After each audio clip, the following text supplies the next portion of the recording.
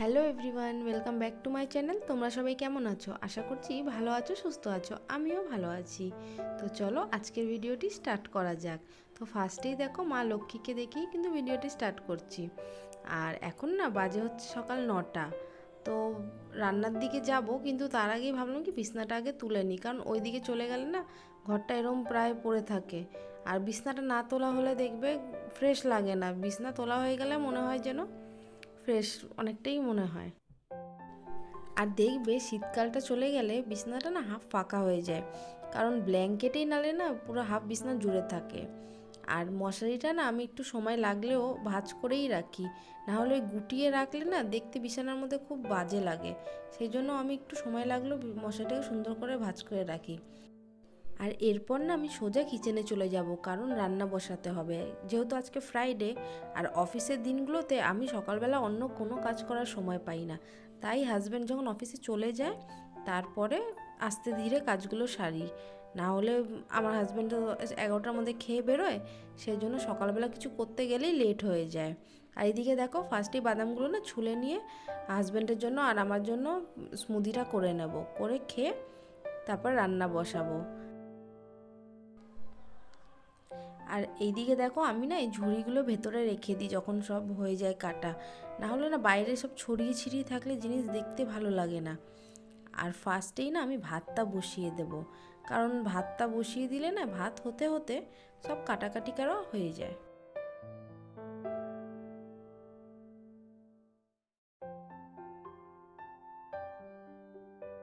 আর এইদিকে দেখো আমি না সব বার করে নিচ্ছি, আগে আগে এক জায়গায় করে নিই, তারপর কাটি। না হলে না বারবার উঠতে ভালো লাগে না।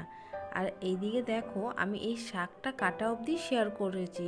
এরপর এত তাড়াহুড়ো করে রান্না করেছি যে আমি ক্যামেরা অন করারই সময় পাইনি। যে তোমরা ভিডিও দেখতেই বুঝতে পারবে। আর দেখো এইদিকে আমার রান্না কমপ্লিট, সব কমপ্লিট। এবার না বাসনগুলো মেজে নেব। আর তাড়াহুড়ো ছিল তো না, তাই আমি একটাও বাসনও মাজার আজকে সুযোগ পাইনি। না হলে আমি না অল্প অল্প করে মেজে নিই, তাই এতটা জমেই না।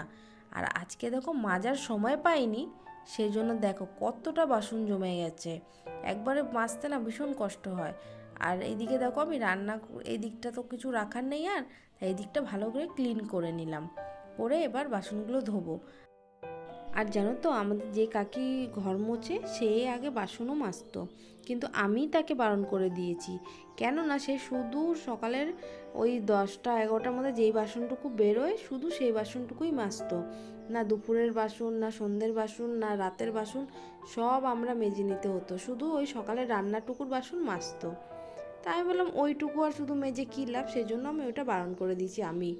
আর নিজেরা দেখবে সব কিছু মানে বাসন বাসন মেজে কিচেন ক্লিন করলে নিজেদেরটা একটা একরকম, আর অন্যরা করলে অত পরিষ্কার করে করে না। তাই না আমি এই দিকটা আর কিছু করতেই দিই না, আমি এই দিকটা নিজেই সামলে নিই।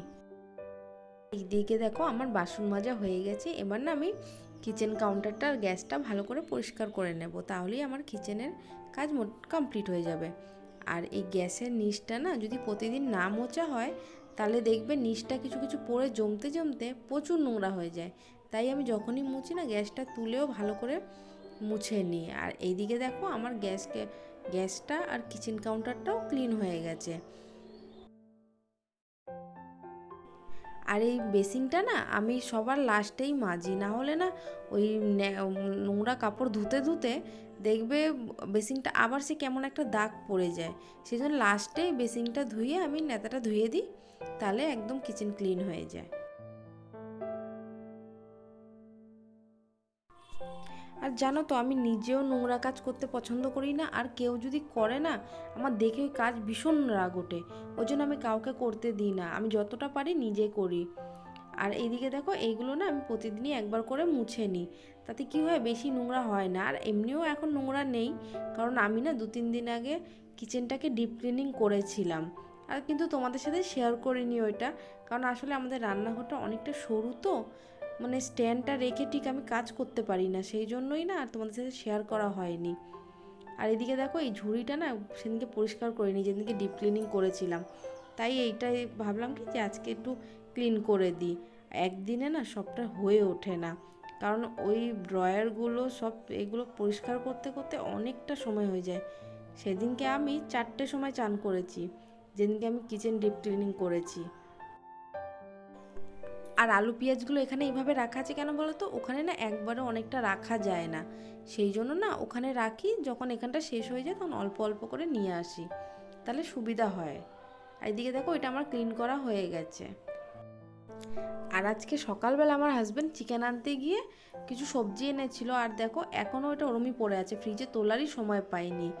আর বেশি কিছু আনেনি, একটু উচ্ছে এনেছিল, আর ওই সেদিনকে বলেছিলাম কি যে সজনে ফুল উঠেছে যখন নিয়ে আসবে, দিয়ে সেইটা এনেছিল, আর একটু ধনেপাতা আর এইসব এনেছিল। যেহেতু বাজার করেছিল, অনেকটা বাজার ছিল, তাই আর কিছু সবজি আনেনি। আর এদিকে দেখো সোফার কাভারটা না আমি প্রতিদিনই একবার করে ঝেড়ে পাতি, কি তাও না সে একটু বসতে বসতে ঠিক গুটিয়েই যায়। আর এদিকে দেখো ঘরটা না একটু ঝাড় দিয়ে দেবো আরেকবার, সকালবেলা ঝাড় দিয়ে মুছে গেছে, তাও যেহেতু কাজকর্ম করেছি তো তা আবার ঘরটা একটু নোংরা হয়েছে, দিয়ে ভাবলাম কি ঘরটা একটু ঝাড় দিয়ে তারপর স্নান করতে চলে যাই। আর এখনও অনেক বাজে, প্রায় 1:45 বাজে জানো, তাই ভাবলাম যে স্নানটা করতে যাব তার আগে ঝাড়টা দিয়ে নিই। আর জানো তো আমার কাজটা এখন কমপ্লিট হয়ে গেছে, শুধু জলের বোতল কটা ভরবো তাহলেই হয়ে যাবে। আর আমি যদি একবার পরিষ্কার করতে লাগি না, আমার সেদিন খিদেও পায় না, কিছুই পায় না। আমার শাশুড়িমা থাকলে চেঁচায় যে চান করবা কখন, চান করবা কখন, কিন্তু আজকে না আমার শাশুড়িমাও বাড়িতে নেই, কারণ না ওনারা গেছেন তারাপীঠ, সেই জন্য আমার আর অত চিন্তাও নেই, ওই জন্য এমনি মনের সুখে আমি কাজ করে যাচ্ছি। তো চলো আমার এখনকার মতন কাজ কমপ্লিট, এবার স্নান করতে যাব। আর দাঁড়াও, যাওয়ার আগে দেখাই আমাদের এখানে কেমন মেঘ করেছে দেখো। আর কালকে না আমাদের এখানে প্রচুর বৃষ্টি হয়েছে, রাতেও প্রচুর বৃষ্টি হয়েছে। আর এখন দেখো সকাল দিয়ে ওয়েদারটা ভালো ছিল, আবার মেঘ করেছে, মনে হচ্ছে আবার বৃষ্টিটা হবে। আমার চোখ মুখের অবস্থা দেখো, এবার স্নানটা করে আসলে একটু ফ্রেশ লাগবে। তো চলো আবার পরে আসছি। দিকে দেখো আমার স্নান কমপ্লিট, এবার না ভাত খাবো।